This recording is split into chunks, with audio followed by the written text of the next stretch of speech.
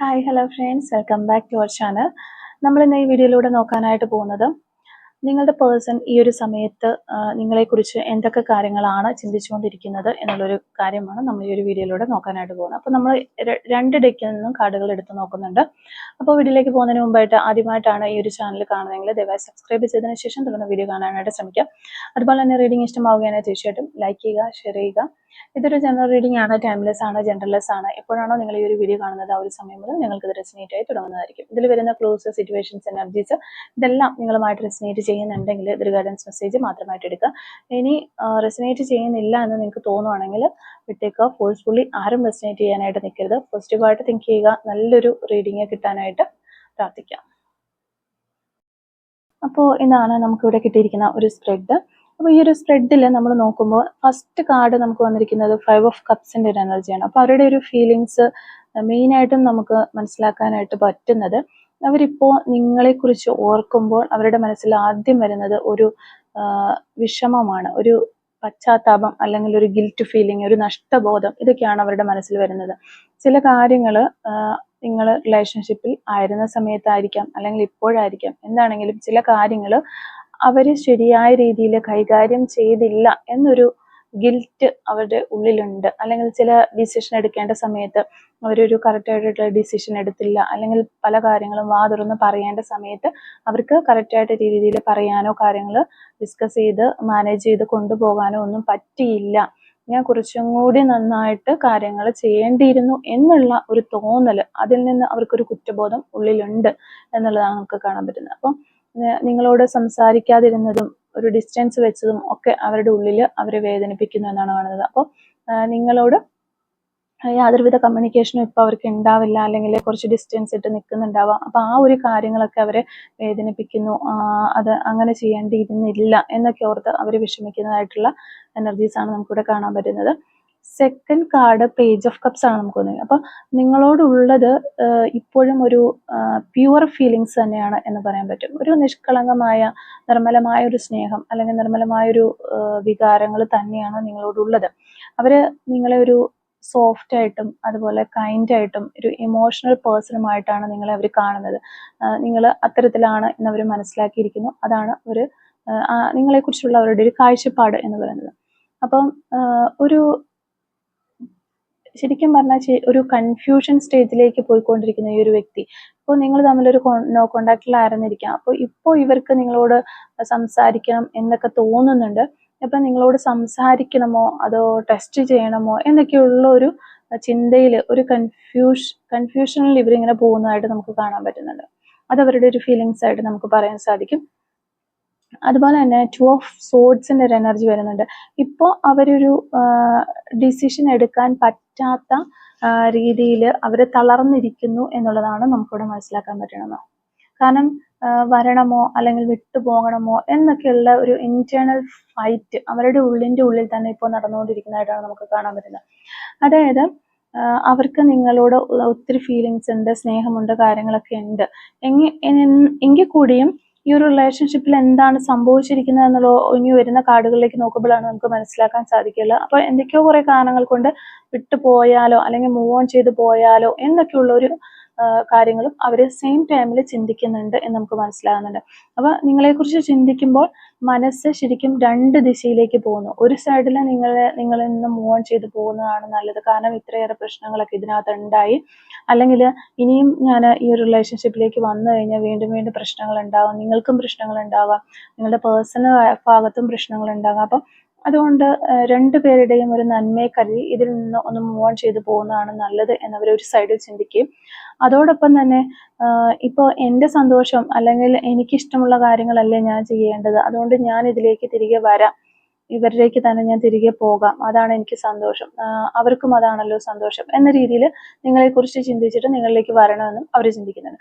അപ്പോൾ ഈ രണ്ട് രീതിയിലുള്ള ഇന്റേണൽ മനസ്സിൻ്റെ ഉള്ളിൽ ഈ രണ്ട് രീതിയിലുള്ള ചിന്തകൾ ഉണ്ടാവും. ഈ രണ്ട് ചിന്തകളും കൂടിയിട്ട് അവിടെ ഒരു ഫൈറ്റ് നടക്കുന്നതായിട്ട് നമുക്ക് കാണാൻ പറ്റുന്നത്.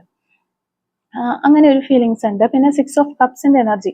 അപ്പം നിങ്ങളെക്കുറിച്ചുള്ള ഓർമ്മകൾ അവർക്ക് മറന്നു കളയാനായിട്ട് പറ്റുന്നില്ല. അവർ പരമാവധി നിങ്ങളിൽ നിന്ന് മോൺ ചെയ്ത് പോകാൻ, അപ്പം ഇവിടെ എന്തൊക്കെയോ കുറേ പ്രശ്നങ്ങൾ ഉണ്ടായിട്ടുണ്ടാകാം, അല്ലെങ്കിൽ മറ്റാളുകൾ സമ്മതിക്കുന്നുണ്ടാവില്ല, അങ്ങനെ എന്തോ പ്രശ്നങ്ങൾ കാരണം അവർക്ക് ഇതിൽ നിന്ന് മൂവ് ഓൺ ചെയ്ത് പോകാം എന്ന് ശ്രമിച്ചിട്ടുണ്ട് അവർ. അതിനു വേണ്ടിയിട്ട് അവർ ഒത്തിരി കഷ്ടപ്പെട്ട് മൂവ് ഓൺ ചെയ്യാനായിട്ട് ശ്രമിച്ചായിട്ടുള്ള എനർജീസ് നമുക്ക് കാണാനായിട്ട് പറ്റുന്നുണ്ട്. പക്ഷേ ഓർമ്മകൾ അവരെ ഇങ്ങനെ പിടിച്ചു നിർത്തുകയാണ്, അല്ലെങ്കിൽ തിരികെ വിളിച്ചു കൊണ്ടുവരികയാണ് നിങ്ങളിലേക്ക്. ആ ഒരു പാസ്റ്റിൽ നിങ്ങൾ ചെയ്തിട്ടുള്ള ചാറ്റ്സുകൾ, അല്ലെങ്കിൽ പാസ്റ്റിൽ ഒരുമിച്ചുണ്ടായിരുന്ന മൊമെന്റ്സ്, ചെറിയ ചെറിയ കാര്യങ്ങൾ വരെ ഇങ്ങനെ മൈൻഡിൽ അവരിങ്ങനെ റീപ്ലേ ചെയ്ത് അതിങ്ങനെ കണ്ടുകൊണ്ടിരിക്കുകയാണ്. അപ്പോൾ ഇത് വെറും ഒരു അട്രാക്ഷൻ അല്ല എന്നാണ് നമ്മൾ ഇതിൽ നിന്ന് മനസ്സിലാക്കേണ്ടത്. ഒരു ഇമോഷണൽ ബോണ്ടാണ് നിങ്ങൾ തമ്മിലുള്ളത് എന്നുള്ളൊരു കാര്യം നിങ്ങൾ മനസ്സിലാക്കുക. അതുപോലെ തന്നെ നൈറ്റ് ഓഫ് പെന്റക്കിൾസിന്റെ ഒരു എനർജി വരുമ്പോഴത്തേക്കും അവര് ഒരു ഹറിബറി ആയിട്ട് കാര്യങ്ങൾ ചെയ്യുന്ന ഒരു മനുഷ്യനല്ല എന്ന് മനസ്സിലാകുന്നുണ്ട്. വളരെ സ്ലോ ആയിട്ട് കാര്യങ്ങൾ ചെയ്യാനാണ് അത്തരത്തിലുള്ള ബിഹേവിയർ ഉള്ള ഒരു പേഴ്സൺ ആണ്.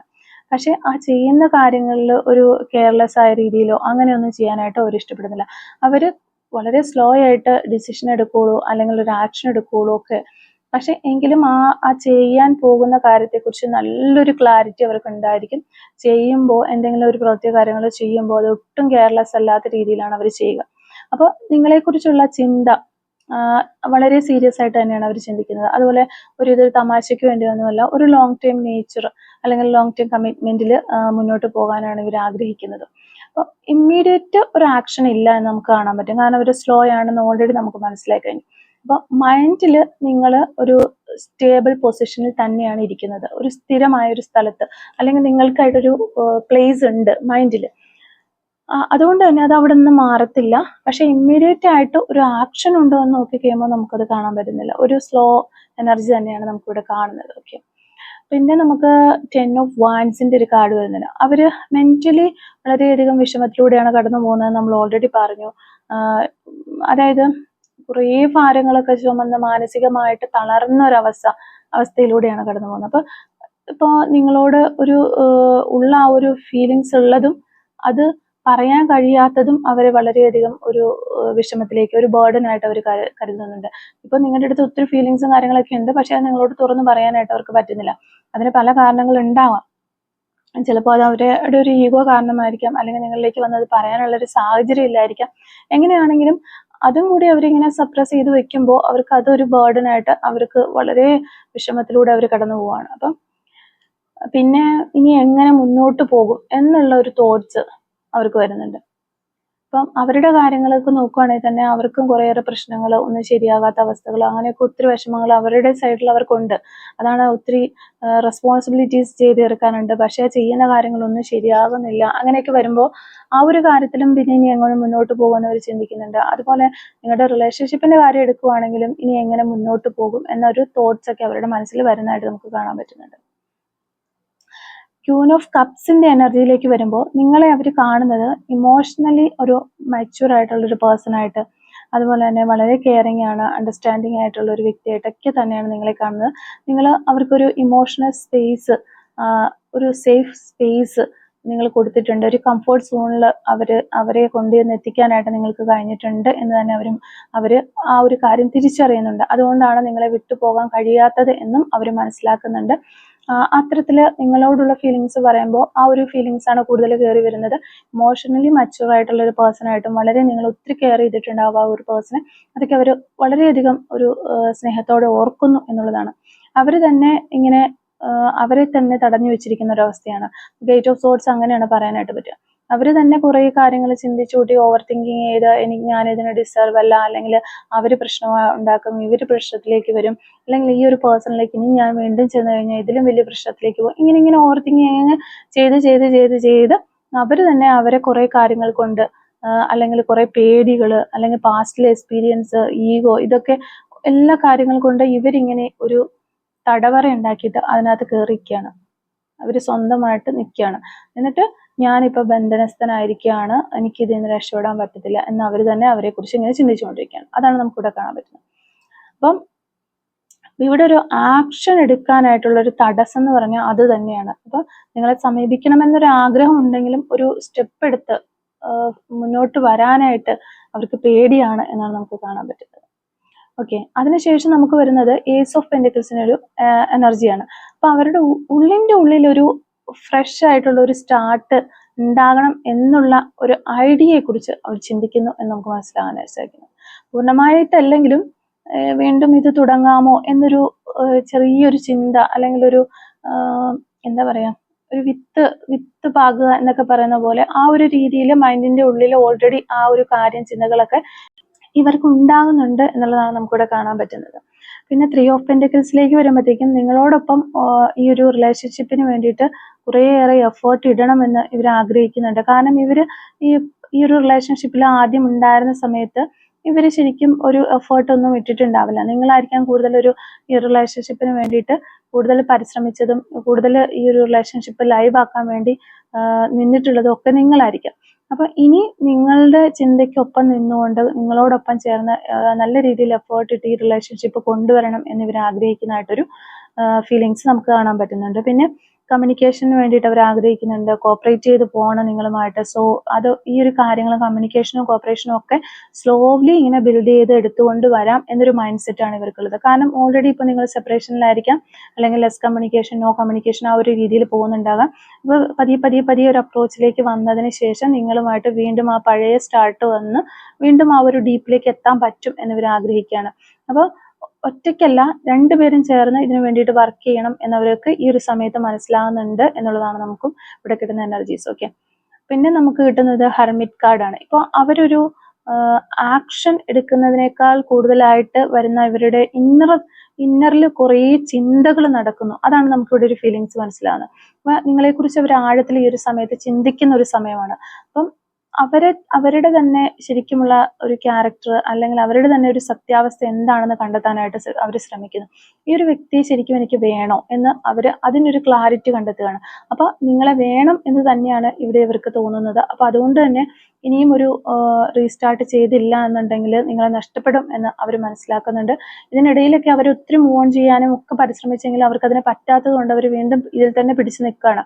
അപ്പോൾ അതിൽ ഒത്തിരി പ്രശ്നങ്ങൾ ഉള്ളത് കൊണ്ടായിരിക്കാം അവർ അങ്ങനെയൊക്കെ ചെയ്യാനൊക്കെ ആയിട്ട് ശ്രമിച്ചിട്ടുണ്ടാവുക. ഇപ്പൊ ഒരു സൈലന്റ് ആയിട്ട് അവർ നിൽക്കുന്നുണ്ടെങ്കിലും അത് അവരൊരു നിങ്ങളെ ഉപേക്ഷിച്ച് മാറി നിൽക്കുന്നതല്ല, കുറച്ച് കാര്യങ്ങൾക്ക് വേണ്ടിയുള്ള ഒരു പ്രോസസ്സിങ് നടന്നുകൊണ്ടിരിക്കുകയാണ് എന്നുള്ളതാണ് നിങ്ങൾ ഇതിൽ നിന്ന് മനസ്സിലാക്കേണ്ടത്. ഒരു ഫൈനൽ എനർജി നമുക്ക് വന്നിരിക്കുന്നത് കിങ് ഓഫ് കപ്സിന്റെ ഒരു എനർജിയാണ്. അപ്പൊ അവരുടെ കുറേ ഫീലിങ്സ് അവർക്കുണ്ട്. ആ ഒരു ഫീലിങ്സുകളെല്ലാം അവർ കൺട്രോൾ ചെയ്യാനായിട്ട് ശ്രമിക്കുന്ന ഒരു എനർജിയാണ് കിങ് ഓഫ് കപ്സ് എന്ന് പറയുമ്പോൾ.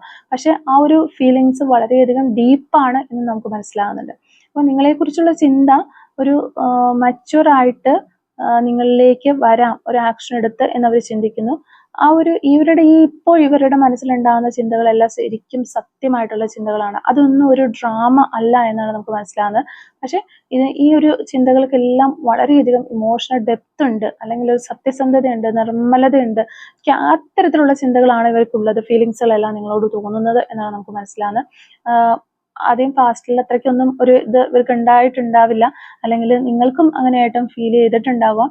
ഞാൻ നിൽക്കുന്നത്രയും ജെന്യൂൻ ആയിട്ട്, ഞാൻ സ്നേഹിക്കുന്നത്രയും എനിക്ക് തിരിച്ചു തരുന്നില്ല, ഒരു കടമയ്ക്ക് വേണ്ടി നിൽക്കുന്നു, അല്ലെങ്കിൽ ഒരു ആഷ്പൂഷ് എന്ന രീതിയിൽ ഇങ്ങനെ പോയിക്കൊണ്ടിരിക്കുന്നു. ആ ഒരു രീതിയിലായിരിക്കും ഈ റിലേഷൻഷിപ്പിൽ ഈ ഒരു വ്യക്തി മുന്നും നിന്നിട്ടുണ്ടാവുക. പക്ഷെ അതിൽ നിന്നൊക്കെ ഒത്തിരി മാറ്റങ്ങൾ ഇവർക്ക് വന്നിട്ടുണ്ട് എന്നാണ് നമുക്കിവിടെ മനസ്സിലാക്കാൻ പറ്റുന്നത്. അപ്പോൾ ഓവറോൾ എനർജി നോക്കുമ്പോൾ അവർ നിങ്ങളെക്കുറിച്ച് ഇപ്പോൾ ചിന്തിക്കുന്നത് എന്താണെന്ന് വെച്ച് കഴിഞ്ഞാൽ, നഷ്ടപ്പെട്ട ഒരു കാര്യമായിട്ട് അവർ നിങ്ങളെ കാണുന്നുണ്ട്. വീണ്ടും ആ ഒരു കാര്യം കിട്ടണമെന്ന് ഇവർ ആഗ്രഹിക്കുന്നുണ്ട്. പക്ഷെ കുറേയേറെ പേടികൾ കൊണ്ടും മറ്റു കൺഫ്യൂഷൻ കാരണമൊക്കെ ആക്ഷൻ എടുക്കാൻ പറ്റാത്തൊരവസ്ഥയിൽ അവരിങ്ങനെ നിൽക്കുകയാണ്. അപ്പോൾ നിങ്ങൾ അവരുടെ മനസ്സിൽ ഇപ്പോഴും നിങ്ങൾക്കൊരു ഇമ്പോർട്ടൻ്റ് ആയിട്ടുള്ള ഒരു സ്ഥാനമുണ്ട്. പൂർണ്ണമായിട്ടും മൂവ് ഓൺ ചെയ്ത് അവർ മാറിപ്പോയിട്ടില്ല എന്നുള്ളതാണ് നമുക്ക് കാണാൻ പറ്റുന്നത്. പക്ഷെ അടുത്തൊരു സ്റ്റെപ്പ് എടുക്കാനായിട്ട് അവർക്ക് കുറച്ച് സമയം വേണം എന്നുള്ളതാണ്. ഓക്കെ, അപ്പോൾ ഇവിടെ യൂണിവേഴ്സ് നിങ്ങൾക്ക് തരുന്ന അഡ്വൈസും കൂടി നമുക്ക് ജസ്റ്റ് നോക്കിക്കഴിഞ്ഞാൽ നമുക്ക് മനസ്സിലാക്കാൻ പറ്റുന്നത്, നിങ്ങൾ അധികം ഈ ഒരു സമയത്ത് ആ ഒരു പേഴ്സണെ ഫോഴ്സ് ചെയ്യേണ്ട കാര്യമില്ല എന്നാണ് നമുക്കിവിടെ കാണാനായിട്ട് പറ്റുന്നത്. അതായത് നിങ്ങൾ ചേസ് ചെയ്യോ മെസ്സേജ് അയക്കോ കോൾ ചെയ്യോ ഇതൊന്നും ചെയ്യേണ്ട ആവശ്യമില്ല. നിങ്ങൾ സൈലന്റ് ആയിട്ട് ഇരിക്കുക എന്നുള്ളതാണ് യൂണിവേഴ്സിന്റെ ഭാഗത്ത് നിന്ന് ഒരു അഡ്വൈസ് ആയിട്ട് നമുക്ക് കിട്ടുന്നത്. പിന്നെ നിങ്ങൾ കാമായിട്ടും വളരെയധികം റെസ്പെക്റ്റോടുകൂടി നിങ്ങൾ ആയിരിക്കാനായിട്ട് ശ്രമിക്കുക. ഒരു എനർജറ്റിക്കലി പോസിറ്റീവ് ആയിട്ടിരിക്കാനായിട്ട് ശ്രമിക്കുക. ഓക്കെ, കാമായിട്ടിരിക്കുക എന്ന് പറഞ്ഞാൽ അങ്ങനെ വളരെ ഡൗൺ ആയിട്ട് ഡിപ്രസ്ഡ് ആയിട്ട് ആ ഒരു രീതിയിലല്ല, എനർജറ്റിക് ആയിരിക്കണം, പോസിറ്റീവ് തിങ്കിങ് ആയിരിക്കണം. ആ ഒരു രീതിയിൽ കാമായിട്ട് റെസ്പെക്റ്റീവ്ലി സെൽഫ് റെസ്പെക്റ്റ് ഒക്കെ ചെയ്തിട്ട് ഇരിക്കുക എന്നുള്ളതാണ്. അപ്പോൾ ഒരിക്കലും സെൽഫ് റെസ്പെക്റ്റ് നഷ്ടപ്പെടുത്താതെ വെയിറ്റ് ചെയ്തുകൊണ്ടിരിക്കുക. നിങ്ങളുടേതായ കാര്യങ്ങൾ നിങ്ങളൊരു സൈഡ് ചെയ്യണം എന്നുള്ളത് തന്നെയാണ് നമുക്കിവിടെ കിട്ടുന്ന എനർജീസ്. അപ്പോൾ ഇത്തരം കാര്യങ്ങളാണ് ഈ ഒരു റീഡിങ്ങിൽ നിന്ന് നമുക്ക് മനസ്സിലാക്കാനായിട്ട് സാധിച്ചിട്ടുള്ളത്. കുറച്ച് ക്ലൂസും കൂടി നമുക്ക് എടുത്തു നോക്കാം. അപ്പോൾ ഈ ഒരു റീഡിങ്ങുമായിട്ട് റിലേറ്റ് ചെയ്ത് വരുന്ന കുറച്ച് ക്ലൂസും കൂടി നമുക്കൊന്ന് എടുത്തു നോക്കാം. Clues related to this reading. Okay, clues related to this reading. Okay, first clue നമുക്ക് കിട്ടുന്നത് സോഷ്യൽ വർക്കർ എന്ന് പറയുന്ന ഒരു ക്ലൂ ആണ്. അതുപോലെ തന്നെ 1985, അതുപോലെ ബ്യൂട്ടിഫുൾ ഐസ് എന്ന് പറയുന്ന ഒരു ക്ലൂ നമുക്കിവിടെ കിട്ടുന്നുണ്ട്. നിങ്ങളുടെയോ നിങ്ങളുടെ പേഴ്സൻ്റെ ഒക്കെ കണ്ണുകൾ കാണാനായിട്ട് നല്ല ഭംഗിയുള്ള കണ്ണുകളായിരിക്കാം. 1979 നമുക്കിവിടെ കിട്ടുന്നുണ്ട്. 1983 എന്ന് പറയുന്നൊരു വർഷം കിട്ടുന്നുണ്ട്. നമ്പർ 56 നമുക്ക് കിട്ടുന്നുണ്ട്. പേഷ്യൻസ്, വളരെ ക്ഷമയുള്ള പേഷ്യൻസ് ഉള്ള ആളായിരിക്കാം നിങ്ങളോ അല്ലെങ്കിൽ നിങ്ങളുടെ പേഴ്സണൊക്കെ. ജാനുവരി മന്ത് നമുക്കിവിടെ കിട്ടുന്നുണ്ട്. ഡിസംബർ മന്ത് സെക്കൻഡ് സ്റ്റേഡ് ആയിട്ടുള്ള വ്യക്തികളാകാനുള്ള ചാൻസ് ഉണ്ട്. ദിസ് മന്ത് എന്ന് പറയുന്നൊരു പോസിബിലിറ്റിയാണ്. പെയിന്റിങ് എന്ന് പറയുന്നൊരു ക്ലൂ നമുക്ക് കിട്ടുന്നുണ്ട്. സ്പിരിച്വൽ പാത്ത്, ഈ ഒരു സമയത്ത് നിങ്ങളോ നിങ്ങളുടെ പേഴ്സണൊക്കെ സ്പിരിച്വൽ പാത്ത് ചൂസ് ചെയ്യുന്നുണ്ടായിരിക്കാം. ഡ്രൈവർ എന്ന് പറയുന്നൊരു ക്ലൂ നമുക്ക് കിട്ടുന്നുണ്ട്. ലോട്ട്സ് ഓഫ് ഫ്രണ്ട്സ്, ഒത്തിരി ഫ്രണ്ട്സ് ഉള്ള വ്യക്തികളായിരിക്കാം നിങ്ങൾ അല്ലെങ്കിൽ നിങ്ങളുടെ പേഴ്സൺ. ആക്ടിങ് എന്ന് പറയുന്നൊരു ക്ലൂ നമുക്കിവിടെ കിട്ടുന്നുണ്ട്. ഷോർട്ട് ടെമ്പേർഡ്, പെട്ടെന്ന് ദേഷ്യപ്പെടുന്ന വ്യക്തികളായിരിക്കാം. മെയ് മന്ത് നമുക്ക് കിട്ടുന്നുണ്ട്. നമ്പർ 26, നമ്പർ 22, ഇടുക്കി ഡിസ്ട്രിക്റ്റ് നമുക്കിവിടെ കിട്ടുന്നുണ്ട്. അതുപോലെ ബ്രൗൺ കളർ ആയിരിക്കാം നിങ്ങൾക്കോ നിങ്ങളുടെ പേഴ്സണോ ഇഷ്ടമുള്ള ഒരു കളർ എന്ന് വിചാരിക്കുന്നു. നമ്പർ 52 നമുക്കിവിടെ കിട്ടുന്നുണ്ട്. നമ്പർ 25, അതുപോലെ തന്നെ ഹിയറിംഗ് ഇഷ്യൂസ്, ഈ ഒരു സമയത്ത് നിങ്ങൾക്കോ നിങ്ങളുടെ പേഴ്സണൊക്കെ ഹിയറിംഗ് ഇഷ്യൂസ് ഉള്ള ഒരു സമയമായിരിക്കാം. 1982 എന്ന് പറയുന്നൊരു വർഷം നമുക്കിവിടെ കിട്ടുന്നുണ്ട്. നമ്പർ 50 നമുക്ക് കിട്ടുന്നുണ്ട്. 1982 വീണ്ടും നമുക്ക് കിട്ടുന്നുണ്ട്. നമ്പർ 21, നമ്പർ 47, അതുപോലെ തന്നെ നമുക്ക് 1978 എന്ന് പറയുന്നൊരു വർഷം കിട്ടുന്നുണ്ട്. ലെറ്റർ എസ് നമുക്ക് കിട്ടുന്നുണ്ട്. ലാസ്റ്റ് ക്ലൂ നമുക്ക് നമ്പർ 41 ആണ്. അപ്പോൾ ഇത്തരം ക്ലൂസ് ആണ് ഈ ഒരു റീഡിങ്ങുമായിട്ട് റിലേറ്റ് ചെയ്ത് നമുക്കിവിടെ കിട്ടിയിട്ടുള്ളത്. അപ്പോൾ ഈ ഒരു ക്ലൂസും അതുപോലെ തന്നെ റീഡിങ്ങും ഒക്കെ നിങ്ങളുമായിട്ട് റെസനേറ്റ് ചെയ്യുന്നുണ്ടെങ്കിൽ തീർച്ചയായിട്ടും കമൻറ്റ് വഴി അറിയിക്കാനായിട്ട് ശ്രമിക്കുക. അതുപോലെ തന്നെ റീഡിംഗ് ഇഷ്ടമാവുകയാണെങ്കിൽ തീർച്ചയായിട്ടും ലൈക്ക് ചെയ്യുക. കമൻറ്റ് സെക്ഷനിലുള്ള ഹൈപ്പും കൂടെ ഒന്ന് ചെയ്തിട്ട് പോകാനായിട്ട് ശ്രമിക്കുക. Thank you for watching.